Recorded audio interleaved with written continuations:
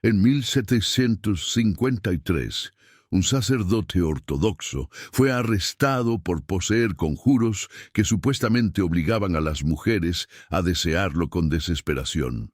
Los documentos judiciales revelan que no solo practicaba estos rituales en secreto, sino que aseguraba que Satanás le serviría si seguía las instrucciones correctas. La brujería en Rusia y Ucrania no era vista como un pacto con lo infernal, sino como una herramienta de influencia sobre la naturaleza, las emociones y el destino.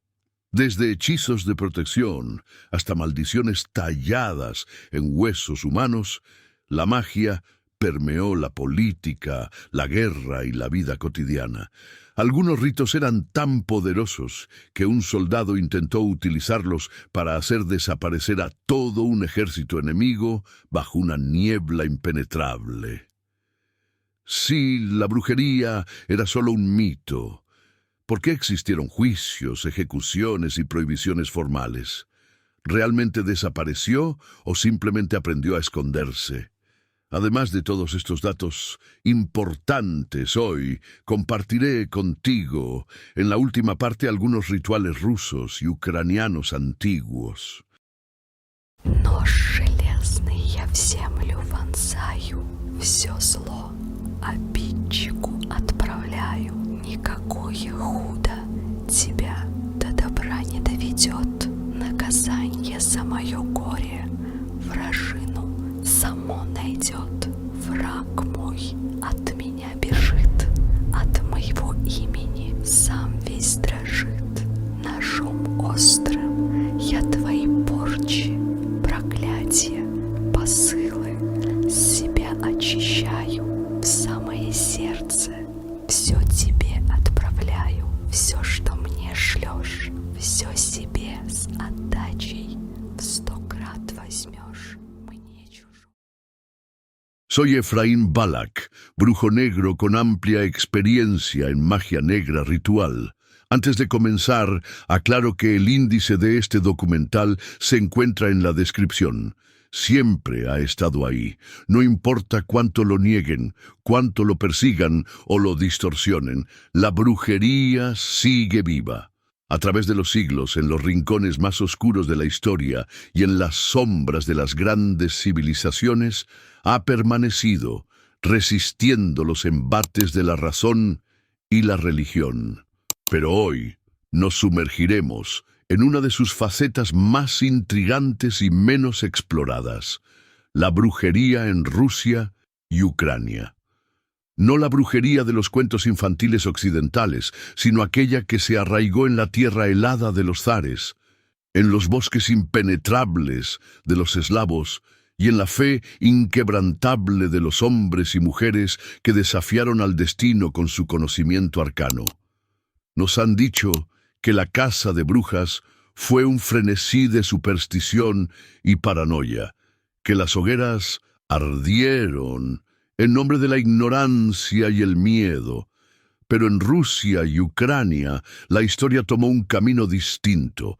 Aquí, los brujos y hechiceras no fueron simples víctimas de una histeria religiosa, sino piezas clave en una sociedad que los temía y al mismo tiempo los necesitaba.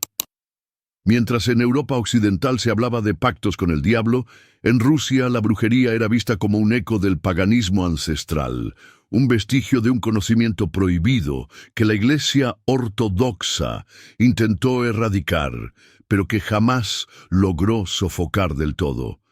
¿Sabías que en Rusia, a diferencia del resto del mundo, la mayoría de los acusados de brujería eran hombres? Que la magia no era vista como una herejía satánica, sino como un arma de poder, utilizada incluso en las intrigas de la corte zarista.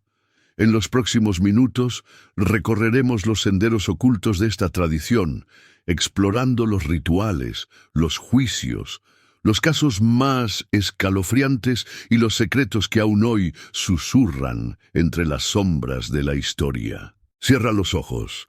Escucha el crujir del hielo bajo tus pies, el susurro del viento entre los árboles desnudos y las voces de aquellos que invocaron fuerzas más allá de la comprensión humana.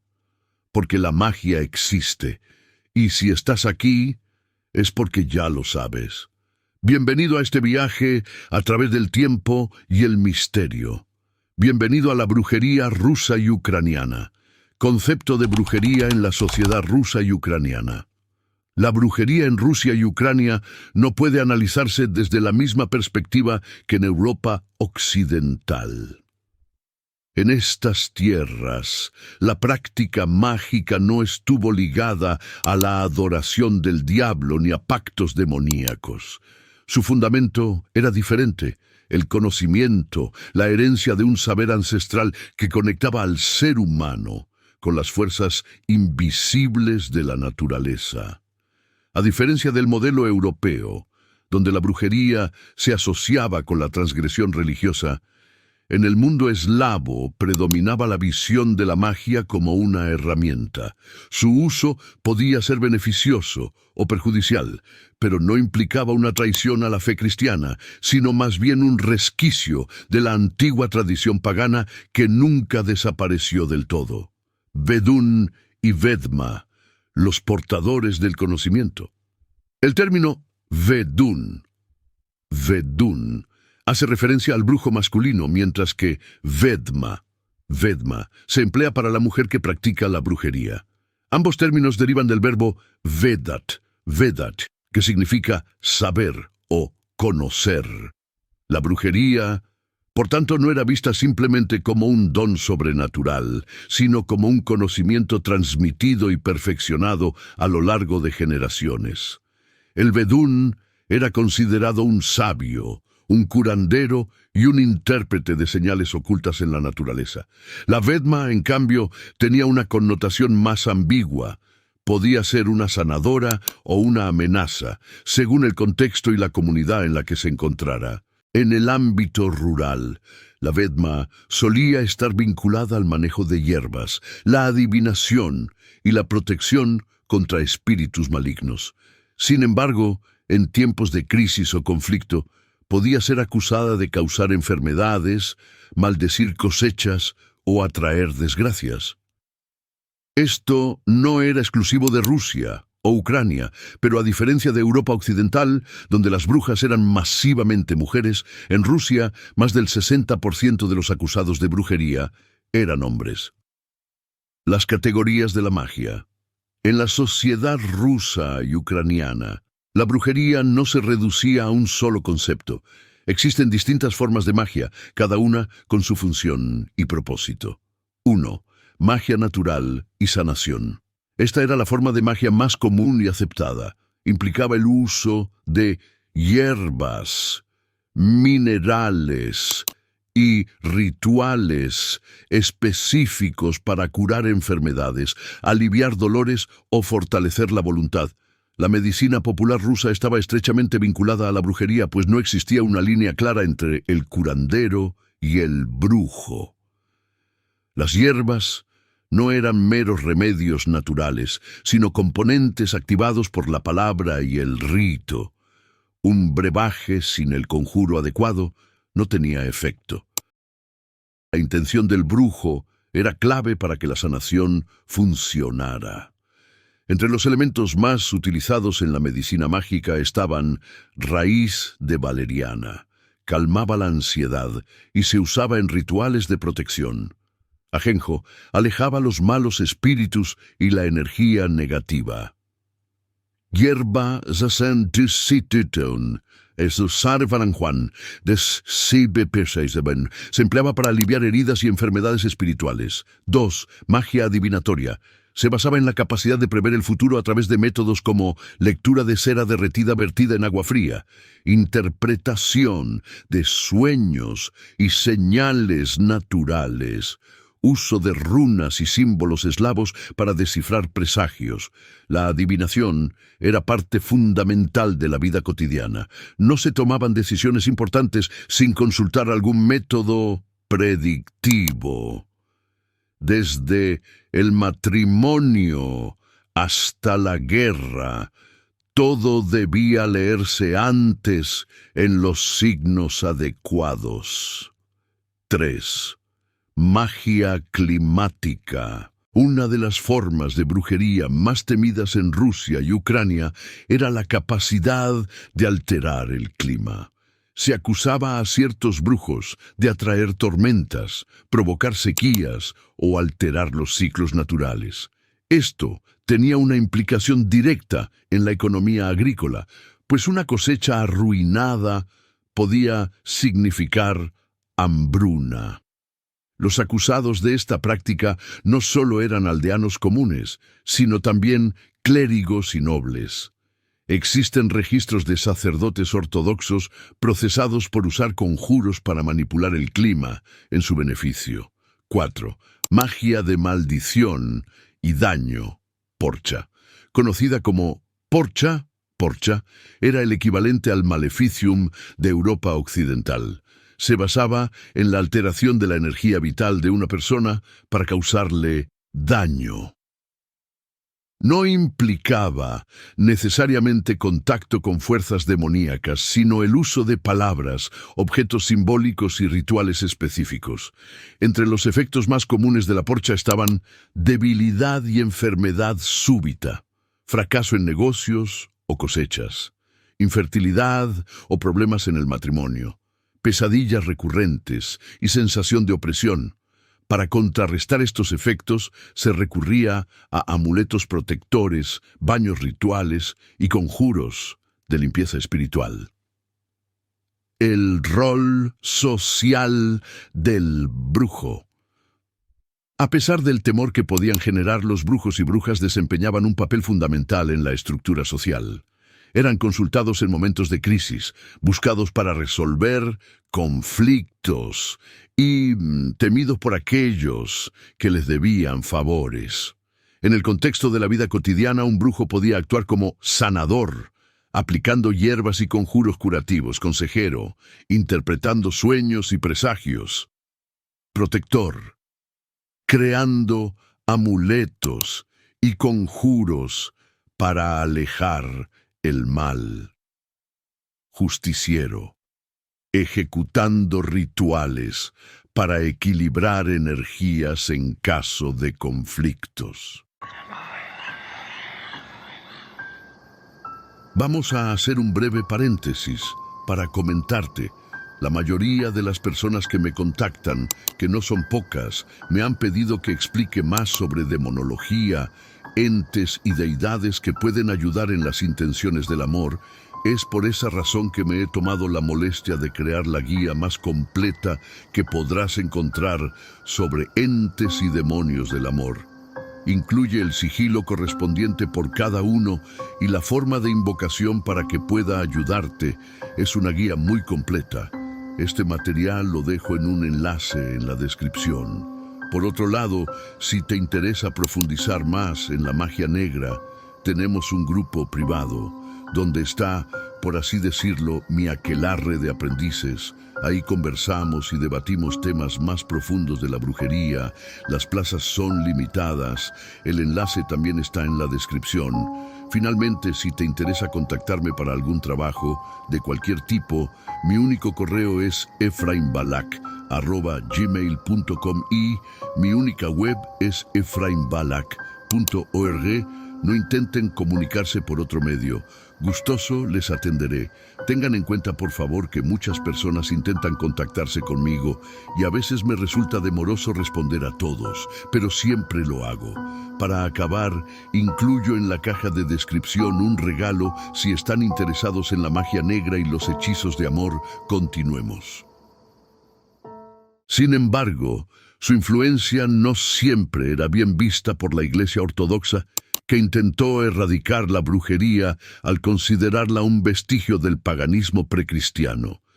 No porque se creyera en la existencia de pactos demoníacos, sino porque estos conocimientos escapaban del control clerical. El papel de la magia en la vida cotidiana. La magia en Rusia y Ucrania no era un conocimiento reservado para unos pocos. No pertenecía solo a los Beduni y Vedmas, ni se ocultaba en libros prohibidos. Estaba presente en cada hogar, en cada aldea, en cada acto cotidiano. No era un lujo ni una extravagancia, sino una necesidad. La magia era la herramienta con la que se enfrentaban las incertidumbres de la vida. No existía una separación clara entre lo sobrenatural y lo mundano. Cada enfermedad, cada malestar, cada fracaso podía ser el resultado de una influencia invisible. La vida dependía del equilibrio de fuerzas que, aunque ocultas, podían sentirse y manipularse. A través de rituales, objetos encantados y palabras de poder, las personas protegían sus hogares, aseguraban su salud, garantizaban buenas cosechas y alejaban las desgracias. Esta magia no requería pactos con seres infernales ni elaboradas ceremonias. Su efectividad dependía del conocimiento, la intención y la ejecución precisa. Magia de protección y hogar. El hogar no era solo un espacio físico, era un territorio sagrado, un punto de conexión entre el mundo entre el mundo visible y el invisible. Si no estaba protegido, las fuerzas negativas podían entrar y desestabilizar la vida familiar. Para evitarlo, se aplicaban conjuros, símbolos y objetos mágicos. Besar el umbral antes de salir, un acto sencillo, pero con un significado profundo, garantizaba que el espíritu del hogar, Domovoi, no se sintiera abandonado.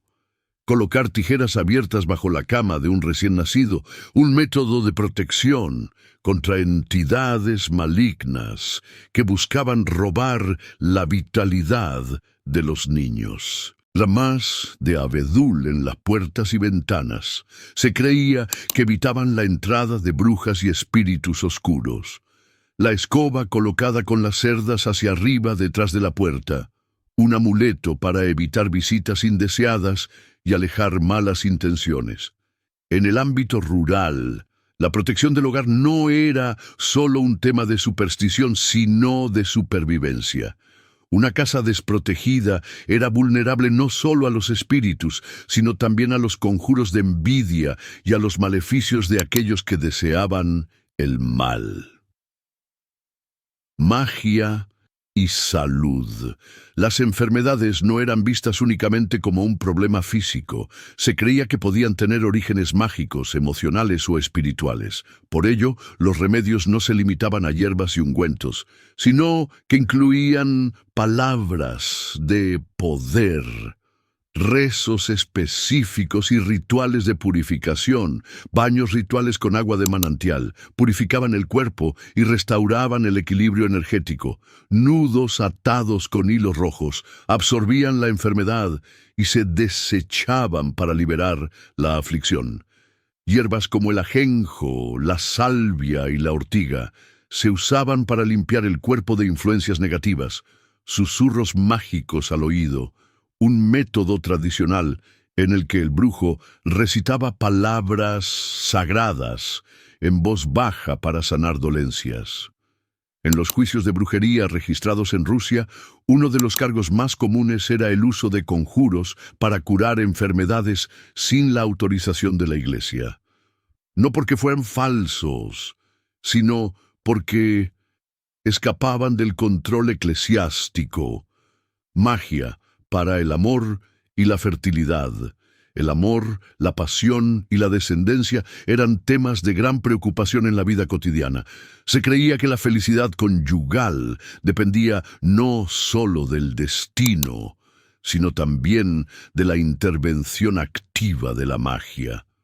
Colocar miel y flores en la ropa del ser amado, un hechizo para atraer el cariño y endulzar el carácter de la pareja. Lavar el rostro con agua de luna Yesno.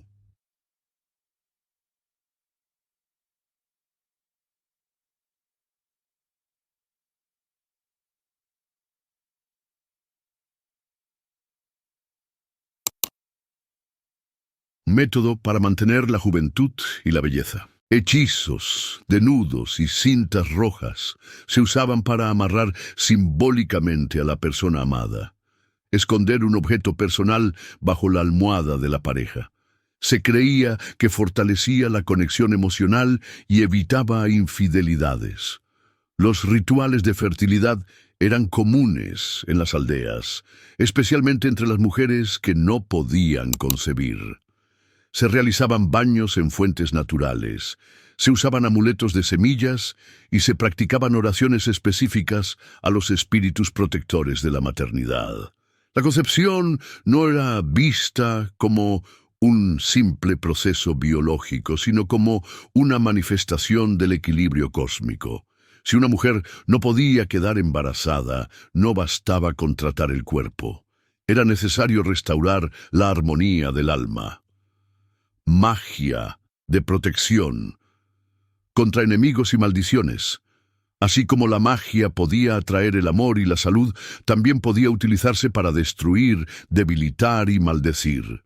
Por ello, la protección contra estas influencias era una prioridad en la vida cotidiana. Los signos de que una persona había sido víctima de porcha, pérdida de energía o maleficio, incluían fatiga inexplicable, pesadillas recurrentes, sensación de opresión en el hogar, enfermedades sin causa aparente. Para combatir estas afecciones se recurría a métodos como llevar una piedra de ámbar o un pedazo de carbón en la ropa, pasar un huevo sobre el cuerpo para absorber la energía negativa y romperlo en agua corriente, realizar un círculo de sal alrededor de la casa en noches específicas. La magia no era solo un medio de ataque, sino un campo de batalla en el que cada individuo debía aprender a defenderse. En muchas aldeas, se creía que cada familia debía conocer al menos un conjuro de protección para garantizar su bienestar. Magia y agricultura, garantizando la supervivencia. El éxito de la cosecha determinaba la vida o la muerte de una comunidad. No había margen para el error. La naturaleza debía ser favorecida y, si era necesario, forzada a actuar en favor del pueblo. Rituales de siembra. Se hacían ofrendas antes de plantar, pues se creía que la tierra debía recibir con agrado las semillas. Encantamientos para la lluvia. Durante las sequías se realizaban procesiones y conjuros específicos para atraer el agua. Protección contra plagas. Se usaban hierbas específicas en los límites de los cultivos para repeler insectos y enfermedades. La magia en la agricultura no era vista como algo opcional, era parte del ciclo natural, una manera de asegurar que la tierra respondiera con generosidad y no con castigo. Los juicios de brujería en Rusia y Ucrania, diferencias con Occidente. Los juicios por brujería en Rusia y Ucrania no siguieron el mismo patrón que en Europa occidental. No hubo inquisidores persiguiendo mujeres por pactar con el diablo, ni miles de brujas quemadas en la hoguera en plazas públicas. En cambio, los procesos judiciales eslavos se enfocaban en la brujería como una práctica peligrosa para la comunidad y sobre todo como una amenaza al Estado y la Iglesia ortodoxa. Aquí, la persecución no se basó en la histeria colectiva desatada por la demonología cristiana, sino en la creencia de que la brujería era un crimen contra el orden social, más cercano al fraude y al engaño que a la herejía. La diferencia es fundamental y marca un enfoque completamente distinto en la forma en que estas sociedades trataron a los acusados de magia. 1. Naturaleza del delito. Magia perjudicial versus herejía. En Europa occidental, el concepto predominante de brujería estaba íntimamente ligado al pacto con el diablo. Los juicios se realizaban bajo la premisa de que las brujas eran agentes satánicos que buscaban destruir la cristiandad. Este imaginario fue reforzado por la Iglesia Católica y más tarde por las corrientes protestantes que vieron en la caza de brujas una forma de purificación religiosa. En contraste, en Rusia y Ucrania, la brujería era vista como un delito de naturaleza práctica no teológica. No importaba si el acusado había hecho un pacto con alguna entidad oscura, Lo que determinaba el proceso judicial era si había causado daño a otros mediante prácticas mágicas. El término porchá se utilizaba para describir actos de brujería que provocaban enfermedades, desgracias económicas o conflictos familiares. No importaba si la brujería tenía un origen demoníaco o no. Lo relevante era el perjuicio concreto que se había causado. 2. Distribución de género. Más hombres que mujeres acusados. En Europa Occidental, la gran mayoría de los acusados de brujería eran mujeres, alcanzando cifras de hasta un 75-85% en algunos países. Esto se debía a la asociación de la brujería con la misoginia institucionalizada, que veía a las mujeres como más susceptibles al pecado y la corrupción. En Rusia, la tendencia fue radicalmente diferente.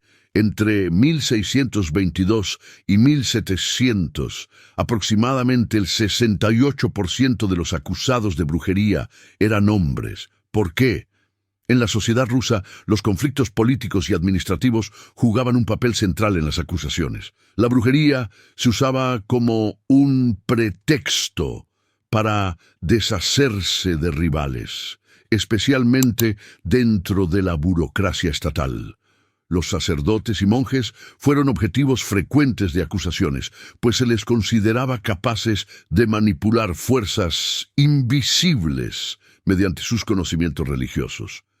El ejército también estuvo implicado en la persecución, ya que se temía que los soldados usaran magia para obtener ventaja en la guerra o para conspirar contra el zar. Las mujeres acusadas de brujería solían estar relacionadas con figuras masculinas dentro del sistema legal, ya fuera como esposas de soldados o parientes de clérigos. Esto refuerza la idea de que la caza de brujas en Rusia fue más una herramienta política que un fenómeno de represión de género. 3. Procedimientos judiciales y métodos de interrogación. Las diferencias entre los procesos judiciales de Rusia y Europa Occidental son notables. En Europa, los juicios eran llevados a cabo por tribunales religiosos, como la Inquisición en los países católicos o los tribunales eclesiásticos en las naciones protestantes. Las confesiones se obtenían a través de torturas extremas, como la silla de clavos, el potro o la inmersión en agua. Se buscaban pruebas, como marcas del diablo en el cuerpo, pactos firmados con sangre o relatos de aquelarres. En Rusia y Ucrania, los juicios eran responsabilidad del Estado y no de la Iglesia. Se usaban torturas para obtener confesiones, pero eran menos brutales y sistemáticas que en Europa Occidental. El énfasis estaba en testimonios de testigos y en la búsqueda de pruebas tangibles como objetos malditos o declaraciones de víctimas de brujería. En 1648, el zar Alexis de Rusia aprobó un decreto que establecía la pena de muerte para la brujería, pero los juicios no se realizaban con la misma intensidad que en Occidente. La mayoría de los acusados recibían castigos como el exilio, la flagelación o la confiscación de bienes. 4. Grandes juicios de brujería en Rusia y Ucrania. A pesar de que la caza de brujas en Rusia no alcanzó el nivel de histeria colectiva de Europa, hubo juicios emblemáticos que marcaron la historia. El juicio de Luk, 1656-1660, uno de los casos más grandes en Rusia. 25 personas fueron acusadas de brujería después de que una epidemia de ataques convulsivos afectara a 33 mujeres y 2 hombres. Se alegó que los acusados habían lanzado maldiciones que provocaron enfermedades y disfunciones sexuales en la población masculina. 5 de los acusados fueron ejecutados, mientras que el resto recibió castigos físicos y destierro. Este juicio es un ejemplo del impacto social que podía tener una acusación de brujería en una comunidad. El caso de Andrei Ilyich Besobrazov 1689-1690, uno de los últimos juicios de alto perfil por brujería en Rusia. Besobrazov, un funcionario, fue acusado de contratar brujos para ablandar el corazón del zar Pedro I. Su intención no era malévola en un sentido tradicional, pero el simple hecho de intentar influir en el monarca a través de medios mágicos fue considerado un delito de alta traición. Fue decapitado en la Plaza Roja de Moscú, y los brujos que contrató fueron quemados vivos en la hoguera. Este caso demuestra que, en Rusia, la brujería no se perseguía tanto por razones religiosas, sino por su posible impacto en el equilibrio de poder. 5. El fin de los juicios de brujería en Rusia y Ucrania. En Europa, la caza de brujas comenzó a declinar en el siglo XVIII, debido al avance de la Ilustración y la creciente oposición a la tortura como método judicial. En Rusia, el proceso fue más abrupto. Pedro el Grande, 1716, reafirmó la pena de muerte para la brujería, pero limitó los juicios a casos donde se demostrara daño tangible.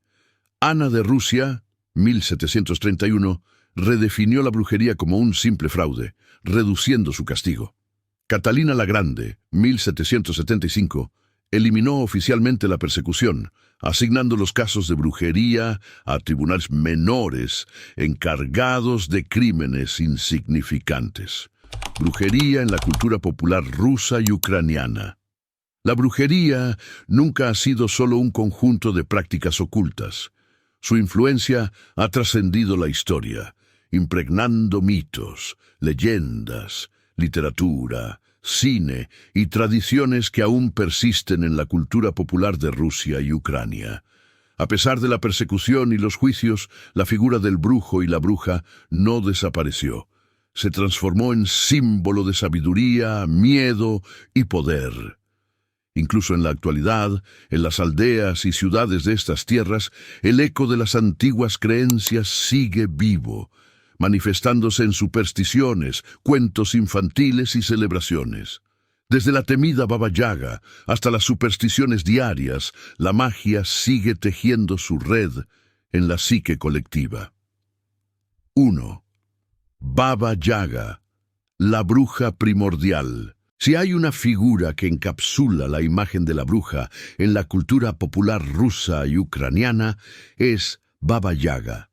Esta criatura mítica no es una simple anciana malvada. Es una deidad antigua disfrazada de bruja, una presencia ambigua que puede ser tanto benefactora como destructiva. Características de Baba Yaga. Vive en una cabaña con patas de gallina, oculta en los bosques más profundos. Se desplaza en un mortero gigante, empujándose con una mano de mortero mientras borra sus huellas con una escoba. Posee conocimiento absoluto y puede conceder favores, pero exige astucia y valentía a quienes la buscan. En algunas historias se dice que su cabaña se mueve y solo obedece a quien conoce el conjuro adecuado. Cabaña, cabaña, da la espalda al bosque y muéstrate ante mí. Baba Yaga representa el conocimiento prohibido y el poder de la naturaleza salvaje. En el folclore eslavo, las brujas reales solían inspirarse en su imagen, actuando como guardianas de secretos ancestrales. Su legado aún se mantiene en la cultura rusa y ucraniana a través de películas, libros y hasta videojuegos, consolidándola como una de las figuras más icónicas del imaginario eslavo. 2. Brujas y hechiceros. En la literatura y el cine, la brujería ha sido una fuente inagotable de inspiración para escritores y cineastas rusos y ucranianos. Literatura clásica. Nikolai Gogol, en su obra Vi, relata la historia de un joven seminarista que enfrenta a una vedma, bruja resucitada, y al terrible demonio Vai, cuya mirada es letal. Alexander Pushkin, en Ruslan y Lyudmila, menciona hechiceros y brujas en una épica medieval repleta de referencias a la magia eslava.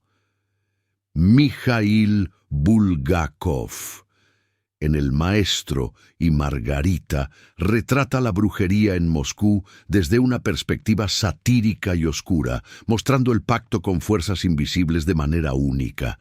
Cine y televisión. B. 1967-2014, basado en la historia de Gogol. Este filme captura la esencia del horror eslavo con una atmósfera opresiva y una representación fiel del imaginario de la brujería rusa.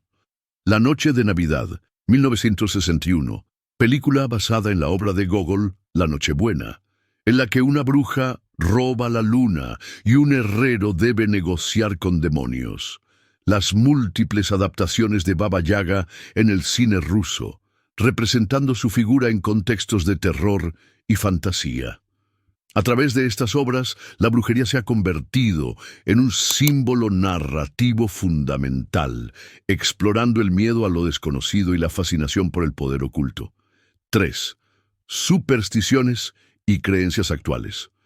La brujería no ha desaparecido del todo.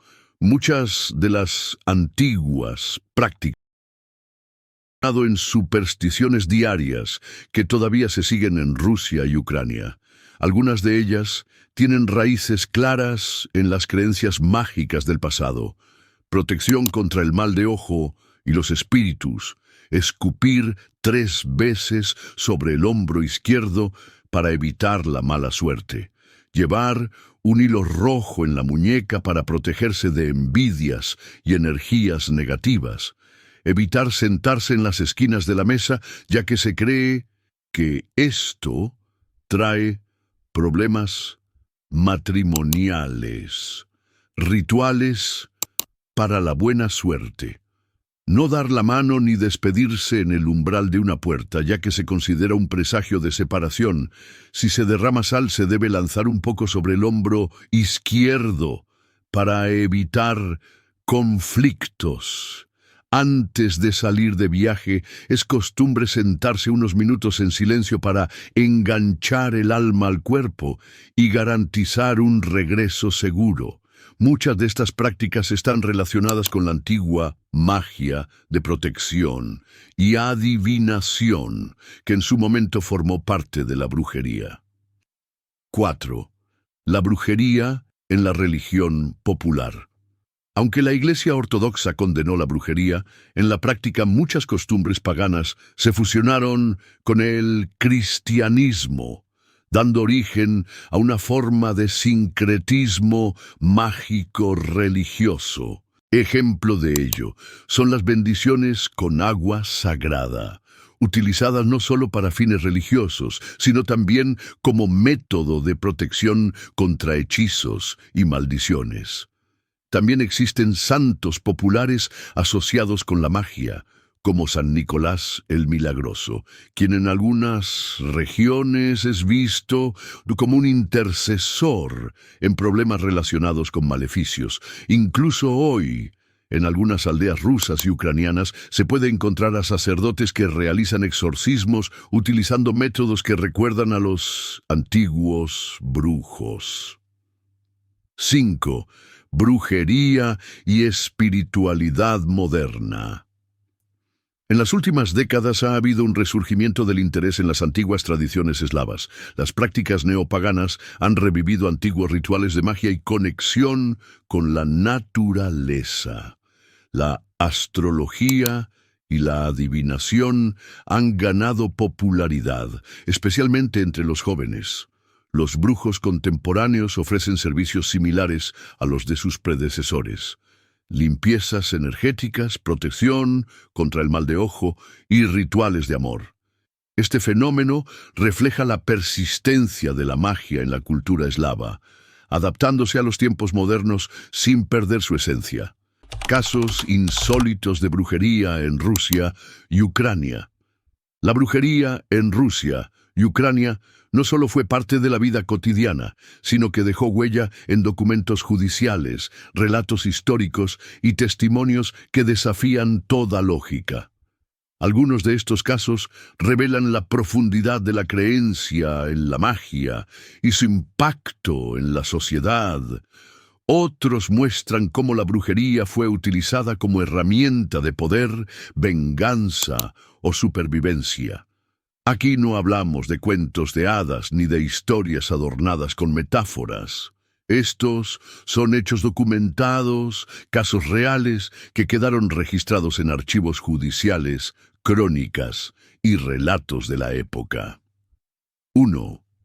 El cazador siberiano y su cinturón de hechizos. En los archivos de principios del siglo XVIII se encuentra el extraño testimonio de un cazador de Siberia que fue acusado de utilizar magia para aumentar su éxito en la caza y la seducción de mujeres. Según los registros, este hombre llevaba un cinturón especial con inscripciones y runas mágicas. Se decía que su portador podía hacer que los animales se acercaran a él sin miedo, volver su arma infalible, permitiéndole acertar en cada disparo, influir en la voluntad de las mujeres, haciéndolas caer rendidas a sus encantos. Los aldeanos que lo denunciaron afirmaban haber visto cómo, después de recitar unas palabras y golpear su cinturón 3 veces, los lobos y los ciervos se arrodillaban ante él, como hipnotizados. Cuando el cinturón fue confiscado y analizado, los jueces encontraron en él grabados con símbolos eslavos antiguos y frases en latín que parecían ser encantamientos. No está claro de dónde obtuvo el objeto ni cómo funcionaba, pero el cazador fue declarado culpable de uso de métodos no naturales para la caza y desterrado. Este caso plantea una pregunta inquietante. ¿Era el cinturón un objeto mágico real, o se trataba simplemente del temor y la envidia de los aldeanos? 2. El sacerdote hechicero y los conjuros de amor. En 1735, un sacerdote ortodoxo fue arrestado en Kiev por poseer un libro de hechizos oculto entre los textos religiosos de su iglesia. Los documentos del juicio revelan que el sacerdote había sido denunciado por escribir conjuros de amor y obediencia para ayudar a feligreses a obtener favores de sus superiores, esposos o esposas infieles e incluso oficiales del gobierno. Las fórmulas encontradas en el libro detallaban hechizos para que los jefes favorecieran a sus empleados, oraciones modificadas para domar a esposos agresivos o infieles, plegarias combinadas con invocaciones mágicas para obtener éxito en la política. El clérigo defendió su práctica diciendo que no estaba invocando demonios, sino reforzando las palabras sagradas con conocimientos ancestrales. Sin embargo, esto no impidió que fuera despojado de su título y enviado a un monasterio remoto. 3.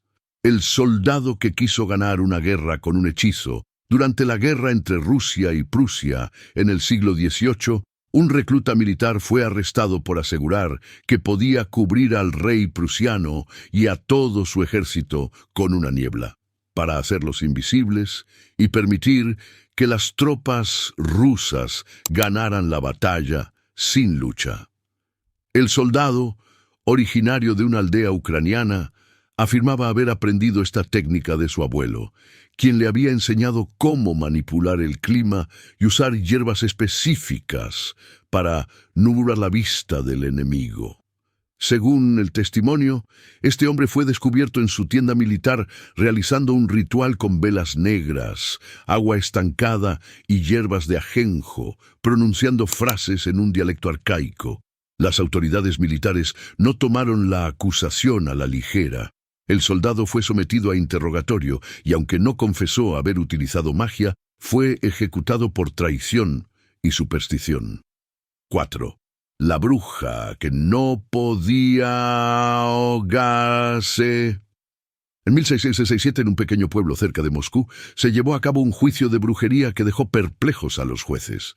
La acusada era una anciana que había sido señalada por sus vecinos como responsable de la muerte de varios niños en la aldea. La gente afirmaba que había sido vista susurrando junto a sus casas y que al día siguiente los niños se enfermaban y morían. Para probar su culpabilidad, se ordenó realizar la prueba del agua, un método común en juicios de brujería en Europa y, aunque menos frecuente, también en Rusia. Se ató a la mujer y se la arrojó a un río. Lo que sucedió dejó atónitos a los presentes.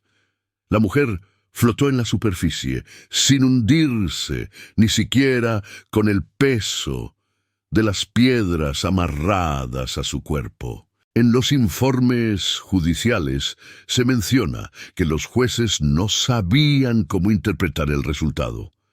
Si bien la prueba del agua se usaba en Europa para demostrar que una mujer era bruja, en Rusia esta práctica no estaba tan establecida. Los jueces debatieron si liberarla o condenarla de todos modos. Finalmente, la mujer fue azotada y desterrada, pero no ejecutada. 5. El caso de las maldiciones escritas en huesos humanos. En 1802, en un monasterio en las afueras de Kiev, los monjes descubrieron una colección de huesos humanos con inscripciones talladas en su superficie.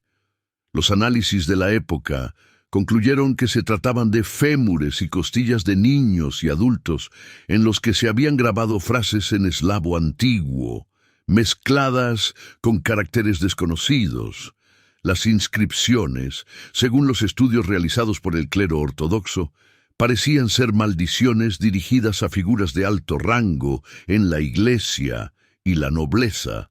Algunas decían que su linaje se marchite como las hojas de otoño, que su lengua se vuelva piedra y sus palabras veneno, que su sangre nunca fluya con vida, sino con muerte. Lo inquietante de este caso es que algunos de los nombres mencionados en los huesos eran de personas que efectivamente habían muerto poco tiempo de... Tengo que recordarte que si necesitas contactarme por algún motivo, solamente tengo un correo y una web oficial. No hagas caso a ningún otro, por favor. Asimismo, ten en cuenta que la guía definitiva de los entes para el amor, el enlace a nuestro canal de aprendizaje y el regalo que les prometí está en la caja de descripción. Hechizos, rituales y principios de la brujería rusa y ucraniana. Aspectos prácticos. Seguramente este será el capítulo más esperado por muchos. Aquí exploraremos algunos de los rituales más documentados, junto con sus orígenes y los relatos históricos que demuestran su efectividad. 1. Principios fundamentales de la brujería rusa. Todo sistema mágico tiene reglas. En la tradición eslava estos principios son esenciales. El poder de la palabra.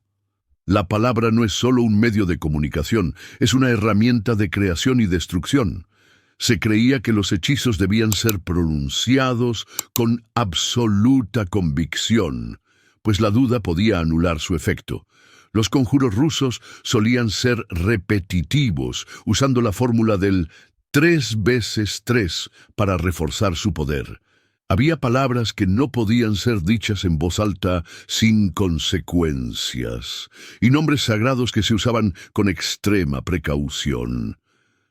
El uso de elementos naturales. Los objetos utilizados en la brujería rusa no eran aleatorios. Cada material tenía un propósito específico. La cera de abejas era considerada el vínculo entre el mundo visible y el invisible. Se usaba para hacer figuras de personas sobre las cuales se realizaban hechizos de curación o maldición. El agua de manantial, recolectada en noches de luna llena, servía para rituales de purificación y adivinación. Los nudos y trenzas eran utilizados para sellar promesas mágicas o atrapar espíritus. La fuerza de los lugares sagrados. No cualquier espacio era apto para la práctica mágica. Algunos lugares poseían un poder especial. Los cruces de caminos eran puntos de contacto entre los mundos, usados para rituales de invocación. Los bosques profundos eran territorios de los espíritus antiguos y los Beduni. Los cementerios servían como fuentes de energía para los conjuros más oscuros. Entes y deidades de la brujería rusa o ucraniana. Pero en la brujería rusa y ucraniana no se limita al uso de palabras de poder, hierbas y rituales. Está profundamente entrelazada con una serie de deidades, espíritus, criaturas y entes que han sido invocados, temidos o venerados durante siglos. Muchos de estos seres provienen del paganismo eslavo y sobrevivieron a la cristianización al integrarse en la cultura popular y en la práctica mágica de los brujos y hechiceras. Algunos eran protectores, otros destructores, y otros solo esperaban ser convocados por aquellos que sabían sus nombres y las fórmulas adecuadas para atraer su influencia. En la brujería rusa, nada ocurre sin la intervención de una fuerza oculta. A continuación, exploraremos a las entidades más utilizadas en la brujería eslava, su propósito dentro de los rituales y los métodos con los que eran contactados. Domovoi, el guardián del hogar. Uno de los espíritus más fundamentales en la vida de cualquier casa rusa era el Domovoi. Domovoi. No era un dios, sino un ente familiar que protegía el hogar y a quienes vivían en él. Cada casa tenía el suyo, y descuidarlo podía traer consecuencias desastrosas. Características. Aparece como un anciano pequeño y barbudo, aunque puede manifestarse de otras formas. Se esconde en la cocina, bajo el umbral o en los rincones oscuros de la casa. Es protector, pero también vengativo. Si la familia lo honra, trae prosperidad. Si es ofendido, causa desgracias. Uso en la brujería. Los brujos rusos lo invocaban en rituales de protección del hogar. Para asegurar su favor, se le dejaba pan y leche en la noche. Se creía que podía avisar a los dueños sobre peligros inminentes apareciendo en sueños o haciendo ruidos extraños. Si una familia se mudaba, debía llevar al Domovoi consigo, pues abandonar su protección significaba atraer el caos. Leshi, el señor del bosque. El Leshi, es el espíritu guardián de los bosques, una entidad temida y respetada en igual medida. Características. Puede cambiar de tamaño a voluntad, tan alto como los árboles o tan pequeño como un arbusto. Es protector de los animales y castiga a quienes dañan el bosque sin respeto. Tiene una risa inquietante y su presencia provoca confusión en los viajeros. Uso en la brujería. Se dice que los brujos que desean poder sobre la naturaleza deben hacer un pacto con él. Para obtener su favor, algunos practicantes de la magia rusa dejan ofrendas de pan, tabaco o monedas en los troncos de los árboles. Se cree que un brujo que sabe comunicarse con el Leshi puede pedirle ayuda para ocultarse o desorientar a sus enemigos. Anécdota. En 1872, en una aldea rusa, se reportaron varios casos de personas desaparecidas que, según testigos, habían ofendido al espíritu del bosque al cortar un árbol sin permiso. Rusalka, espíritus femeninos del agua. Las rusalki, son espíritus femeninos asociados con los ríos, lagos y pantanos. Son entidades duales. Pueden ser bellas y seductoras, pero también peligrosas y vengativas. Características. Aparecen como mujeres de piel pálida y cabello largo y húmedo. Su risa es hipnótica, capaz de atraer a los hombres al agua para ahogarlos. son especialmente activas en la primavera y en la noche de Iván Kupala, una festividad eslava.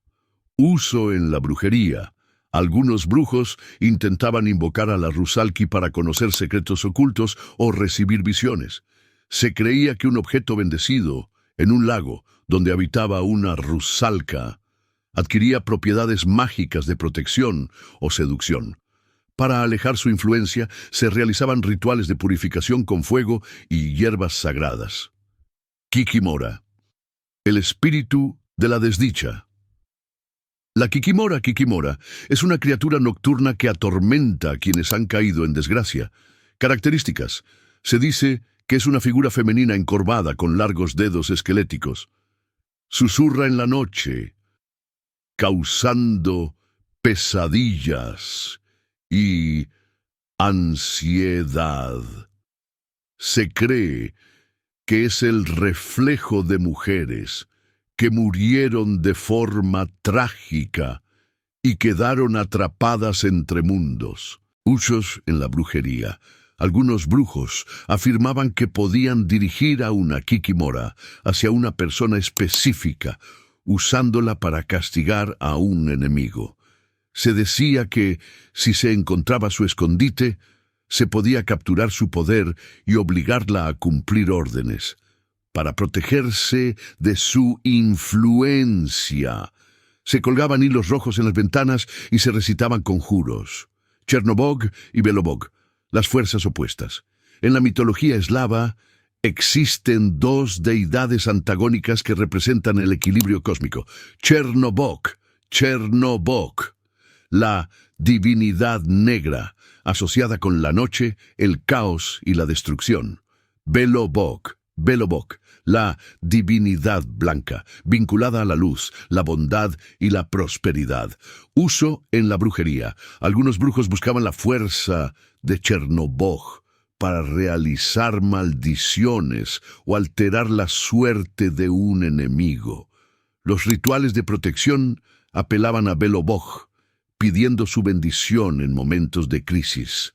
Se creía que en la noche del solsticio de invierno, estos dos poderes se enfrentaban, decidiendo el destino de las personas para el próximo año. Zmei Gorinich, el dragón esclavizado. El Zmei Gorinich. Es un dragón de 3 cabezas que escupe fuego. Aunque se le conoce más por los cuentos de hadas, en la brujería eslava se decía que ciertos brujos podían controlarlo. Características. Es una criatura asociada con el poder indomable y la destrucción. Se decía que solo los brujos más poderosos podían someterlo. Algunas versiones indican que alguien que poseyera una de sus escamas tenía el poder de invocar llamas y resistir el fuego. Uso en la brujería. Se creía que algunos hechiceros intentaban invocarlo a través de rituales de sangre y fuego. Imagen se usaba en talismanes protectores contra incendios y destrucción. Hechizos prácticos de la brujería rusa y ucraniana. Como ya han de saber los ritos prácticos, tengo que reservarlos por seguridad. Compartiré algunos sencillos. Sin embargo, algunos serán parcialmente modificados para evitar posibles daños. Conjuros satánicos para inducir la lujuria. El sacerdote Makari Ivanov, quien fue acusado en 1753 de poseer varios conjuros negros, Cherny Zagoborri, incluyendo uno para inducir a las mujeres a sentir lujuria por él, invocando a Satanás. A continuación, los detalles sobre este conjuro, según lo que se puede encontrar en fuentes. Makari Ivanov era un sacerdote en el distrito de Poshekone, provincia de Yaroslavl. Los investigadores encontraron en su posesión varios conjuros, incluyendo uno para inducir a las mujeres a la lujuria, 2 para influir en jueces y otras autoridades, y 2 love charms. El conjuro en cuestión es un love charm, en el cual Macari renunciaba a su fe e invocaba a Satanás. El texto del conjuro es el siguiente: me levantaré sin bendecirme, y saldré de la cabaña sin persignarme, no saldré por las puertas ni dejaré el patio por los portones. Me dirigiré al campo abierto, al mar verde, ante el zar Satanás mismo, mientras 33 demonios y 3 diablos llegan ante su zarina Satonitza. Y yo, esclavo de Dios, nombre, renuncio a la fe en Cristo, a mi padre y a mi madre, y me ato a ti, Satanás. Acéptame, esclavo de Dios, nombre, y con gusto te serviré, trabajaré para ti y cumpliré tus leyes. Y tú me servirás y trabajarás para mí, así como sirves a tu zar Satanás y a tu zarina Satonitza. Ve hacia la esclava de Dios, la doncella, nombre. Despierta su pasión, zarina, en su blanco cuerpo, en su negro hígado y en su sangre caliente, en sus 73 venas o tendones, y en una vena, en los ligamentos tras sus rodillas, para que llaga todo el día, por la noche y en la mañana. Y así, como un gallo blanco tiembla sobre la tierra, así ella, esclava de Dios, nombre, temblará y se consumirá por mí. Esclavo de Dios, nombre, de día, de noche y en la mañana. Y así, como la piedra latir yace sobre el mar océano, cuando ella no me vea ni escuche mi voz, así yacerá y se consumirá de día, de noche y en la mañana, durante la luna joven, creciente o menguante. Y aquí está la clave del asunto. Allí está el mar océano, y sobre el mar océano yace la piedra a latir, pero no vayas allí, no saques la arena del mar. En el árbol celestial hay una manzana, y texto ilegible: que nadie me separe de ella, esclavo de Dios, nombre, ni con una cruz, ni con un amén. A-K-M-N-A-A. Este conjuro debe recitarse sobre el propio sudor, el cual debe añadirse a la cerveza o al vodka, y la clave de este asunto debe aplicarse hoy, para siempre y por toda la eternidad. Amén. Así es como se descifra la clave, el acrónimo A-K-M-N-A-A. Recitado en ruso, la parte del texto ilegible y el acrónimo son los secretos de este rito, imposible compartirlos por medios públicos. El propósito de este conjuro era incitar a las mujeres a la fornicación y el adulterio. Macari Ivanov confesó que renunció a Dios y se unió al diablo con el entendimiento de que Satanás y sus demonios le servirían, inclinando a las mujeres a la fornicación. A pesar de haber copiado el conjuro, Macari afirmó que no recibió ayuda de ningún tipo de Satanás y sus demonios. También dijo que no los invocó de ninguna manera excepto por copiar ese conjuro. El testimonio de Macari es contradictorio, ya que confiesa haber renunciado a Dios y haberse unido al diablo, pero también niega haber realizado esos actos. Además, en otro punto de su testimonio, afirmó que aunque no había invocado a Satanás ni mantenido compañía con demonios, dejó de ir a confesarse durante 5 años. Los investigadores consideraron que la manera indecente en que estaban escritos los conjuros una prueba sustancial de su impiedad y levantaba sospechas de hechicería. Hechizo para la salud y protección contra armas. Vamos a compartir un hechizo para la salud y protección contra peligros militares o delincuenciales, donde se invoca a la Madre de Dios, Santísima Madre de Dios, para proteger al esclavo Jacob. Este conjuro buscaba la protección divina, especialmente en situaciones de peligro físico. A continuación, lo que se puede encontrar sobre este conjuro, su forma y modo de ejecutarse. Madre de Dios, Santísima Madre de Dios, con tu manto incorruptible, protege a tu siervo Jacob. Piadnitsa Praskovia, Santa Mártir Bárbara, Santa Mártir Catalina, Santa Mártir Anastasia, con vuestra vestidura incorruptible, resguardad a vuestro siervo Jacob del sufrimiento y la enfermedad, y protegedlo de mosquetes, balas, pólvora y plomo. Madre de Dios, Santísima Madre de Dios, así como el viento rodea un árbol, que las balas de plomo rodeen mi sombrero sin tocarme. Así sea. En otro hechizo similar, se pide a la Madre de Dios, la siempre Virgen, que proteja al esclavo de Dios, Iván, en el campo de batalla desde lo alto, y aleje las cadenas, las espadas afiladas, las balas de plomo. También se pide que lo proteja de corazones desleales y furiosos, palabras peligrosas y autoridad severa. En otro conjuro, se pide a la Madre de Dios Inmaculada que proteja con sus pasos y cubra con su manto incorruptible, para que el conjuro y el amuleto protector nunca sean descubiertos y el esclavo y su amado ganado nunca sean embrujados. Hay un conjuro donde dice: cruza sobre mí, cruza hacia mí, con la cruz me protejo, con la cruz ahuyento a un demonio. Los diablos huyen del Inmaculado, pero de mí, esclavo de Dios, huyen los malvados. Y el Inmaculado levanta su mano contra ellos.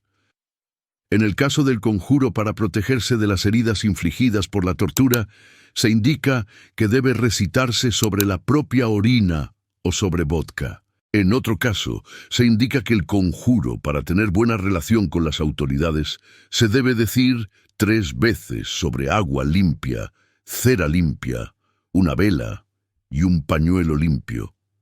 Luego se debe beber el agua, poner la cera contra la mejilla y limpiarse con el pañuelo. En este caso, el ritual es completo. Debe de ser recitado en ruso. Comparto el rito en el idioma original en la descripción. Conjuro para protegerse de brujas. El conjuro fue encontrado en una carta que llegó a la Cancillería secreta de parte de Iván Maximov, un sirviente de Alexei Petrovich Evlashev. Evlashev era un arquitecto viajero noble. La carta conteniendo el conjuro fue encontrada entre los papeles de Evlashev en la aldea de Ivanovskoe, en la provincia de Kurmish, en la región central del Volga. Este es el rito, el verdadero Cristo, Santísima Madre de Dios, Juan el Precursor, Arcángel Miguel, Arcángel Gabriel, Pedro y Pablo, los más altos apóstoles, San Nicolás, San Tijón, Zósima y Sabatio, los taumaturgos de Solovetsky, Gurías y Barsanufio, milagrosos de Kazán, santos mártires Floro y Lauro, Santísimo Padre Macario, Santísimo Padre Sergio, junto con Cirico y su madre Ulita, Justo Bogoleb, Elías el profeta, Moisés el profeta, Daniel el profeta, Zacarías el profeta. Protegedme con vuestro manto y tened misericordia de mí. Yo, esclavo de Dios, nombre, lanzo este conjuro para protegerme de brujos y brujas, de herejes y herejes, de todos los herejes del mundo, ya sean príncipes y boyardos, sacerdotes y esposas de sacerdotes, vírgenes o hijos de aquellos que heréticamente se proclaman madres vírgenes. Yo, esclavo de Dios, nombre. Me cierro firmemente con 3 veces 9 cerrojos y te los entrego a ti, Arcángel Miguel, Arcángel Gabriel, 3 veces 9 cerrojos. Ellos llevan esos 3 veces 9 cerrojos hasta el mar Océano. Los colocan sobre la piedra Alatir, sin dejar huellas, sin beber agua del mar Océano. Que nadie pueda embrujarme a mí, esclavo de Dios, nombre. Ni amigo ni enemigo pueda tomarme, ni no tomarme, ni raptarme, ni adquirir sabiduría contra mí. Y en esos 3 veces 9 cerrojos hay un clavo fuerte, así como yo, esclavo de Dios, nombre. Estaré seguro contra brujos y herejes. En esta, mi palabra, mi única palabra dicha y no dicha. Amén. Las autoridades eclesiásticas consideraron la posesión del conjuro como un asunto menor y lo consideraron tonterías supersticiosas. Evlashev fue absuelto, pero su acusador Maximov fue entregado a la policía. El texto no solo nombra correctamente a varias figuras santas, sino que también sigue el orden del iconostasio en las iglesias ortodoxas rusas al nombrarlas. Es importante notar que, aunque el conjuro invoca figuras religiosas y sigue una estructura similar a las oraciones, su propósito es buscar protección mágica contra las brujas, conjuro de protección y dominio sobre las autoridades. Existen dos cuadernos de Privorotnaya que hace que las personas sean amables y también rituales para usar cuando se va ante un juez. Para aclarar, estos cuadernos fueron mencionados en un reporte de Belev, ubicado a unas 200 millas al sur de Moscú.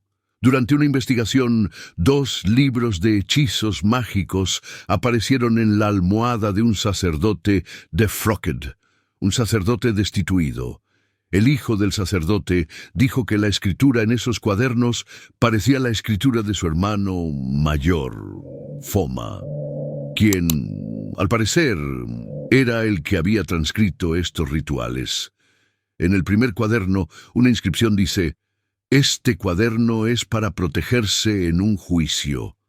Cuando una persona está siendo juzgada, debe decir esto sobre la comida o bebida, y decir este hechizo sobre el vino, y dárselo a beber a un corazón de pedernal, es decir, persona de corazón duro.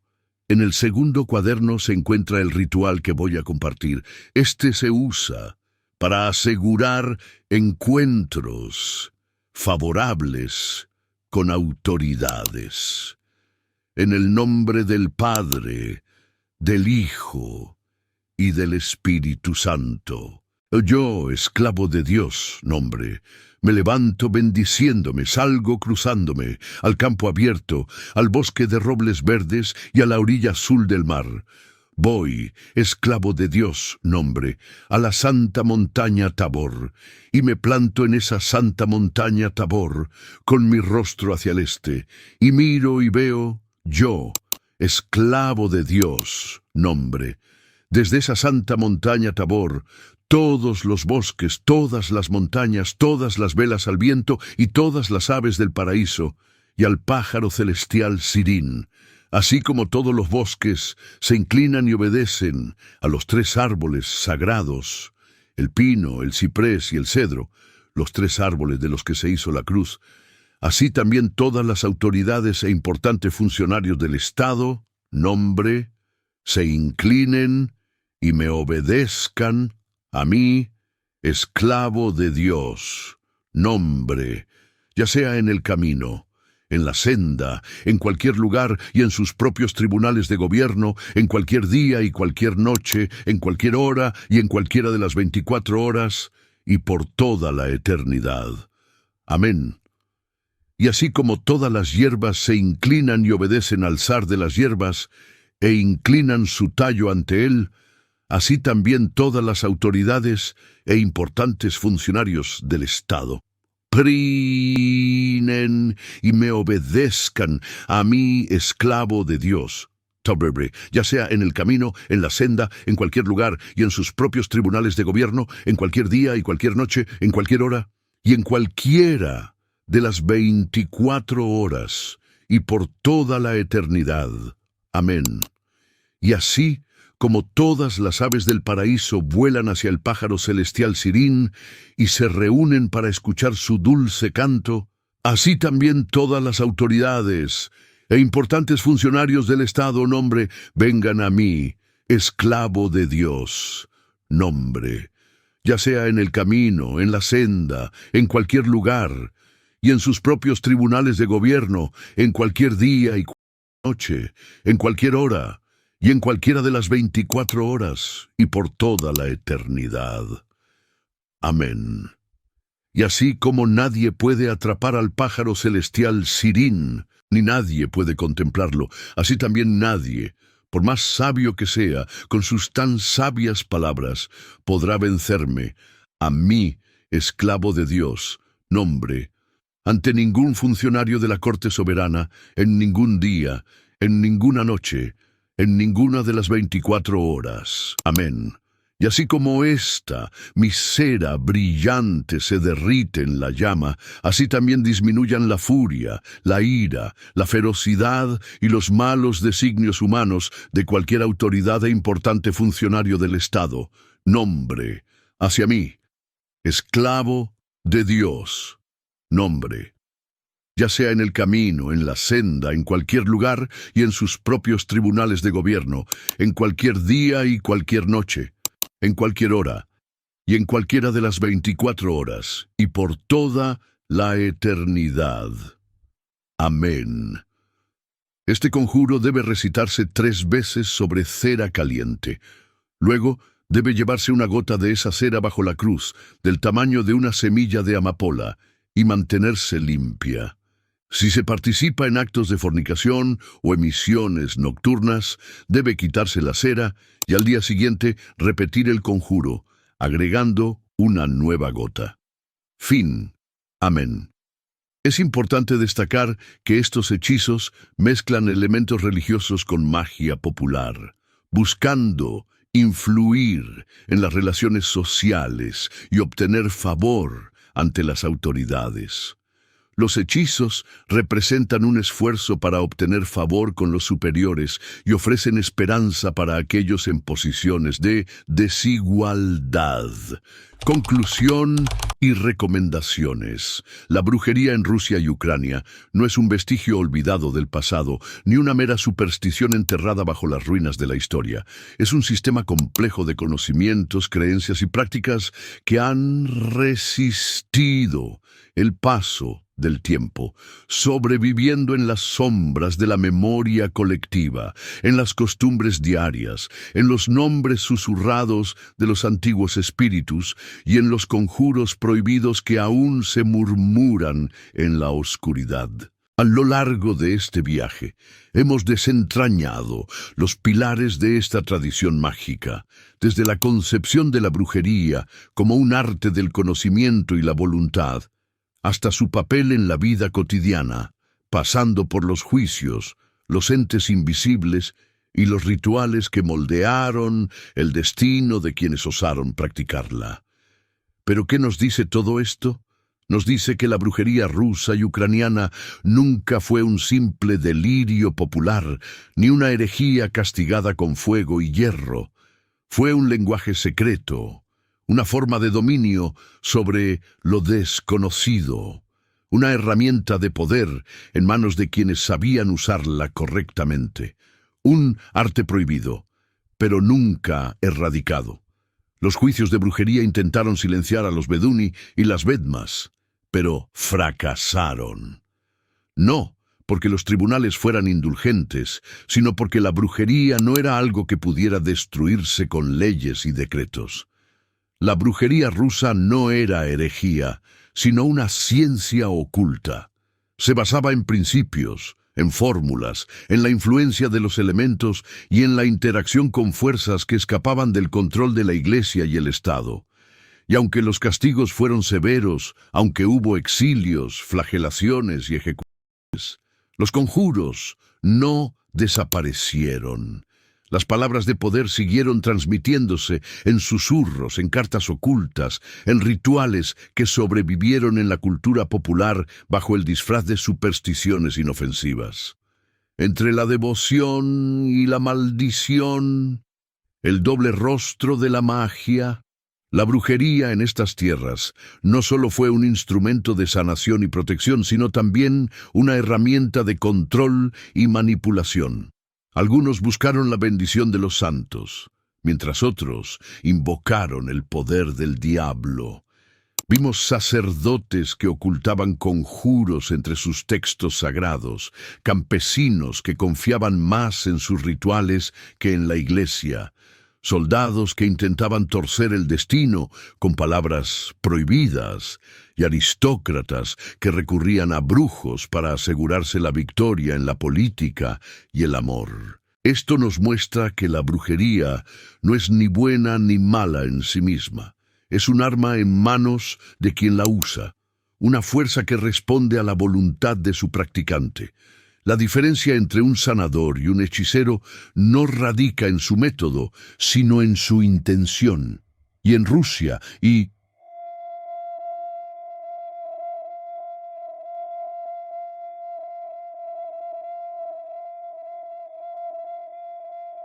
Ararashi era vista como una extensión del conocimiento, la línea entre ambos siempre fue difusa. La persistencia de la brujería en la cultura moderna. La brujería nunca desapareció del todo. Baba Yaga sigue viva en los cuentos. Los talismanes siguen colgados en las casas y los rituales de protección aún se practican en aldeas remotas. Incluso en el mundo moderno, las prácticas mágicas continúan en forma de astrología, adivinación y ocultismo. Los ecos de los antiguos rituales aún resuenan en la cultura popular, en el cine, en la literatura, en las supersticiones que muchos siguen sin cuestionar. Porque la magia, aunque intenten negarla, sigue operando. Algunos la llaman casualidad, otros destino. Pero quienes conocen los antiguos métodos saben que no es ninguna de las dos. Una última pregunta. ¿Es posible que la brujería rusa y ucraniana aún siga viva en lugares ocultos, practicada por aquellos que han heredado sus secretos? O tal vez la verdadera pregunta no es si sigue viva, sino quién la está usando en este preciso instante. El conocimiento nunca muere, solo cambia de forma. No olvides que este es tu canal. Y yo soy Efraín Balak. Si necesitas contactarme por algún motivo, puedes hacerlo a través de mi correo efrainbalak@gmail.com o a través de los medios indicados en la caja de descripción o en mi web oficial efrainbalak.org. Por favor, no vayas a contactar a través de ningún otro medio. Hay muchos suplantadores. Hay que cuidarse de ellos. Finalmente, si quieres dar un paso más en la brujería, nos vemos en el grupo privado para conversar mejor. El enlace también está en la descripción. Hasta el siguiente video. Mucha suerte.